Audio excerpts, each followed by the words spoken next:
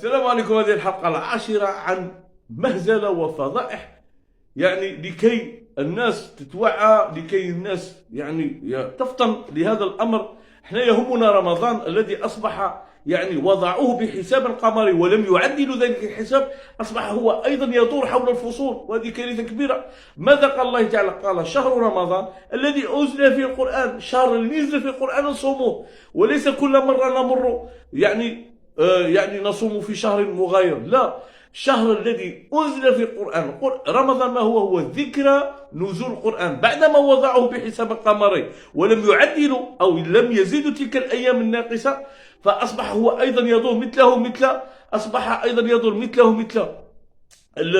الذكرى ولادة الرسول، مثل عاشوراء، مثل هجرة الرسول، أصبح هو أيضا يدور. وهذه هي الكارثة الكبرى، يجب يعني الالتفات إليها والتصحيح والإصلاح قبل رحيلكم. السلام عليكم، انتظرونا للتوضيح.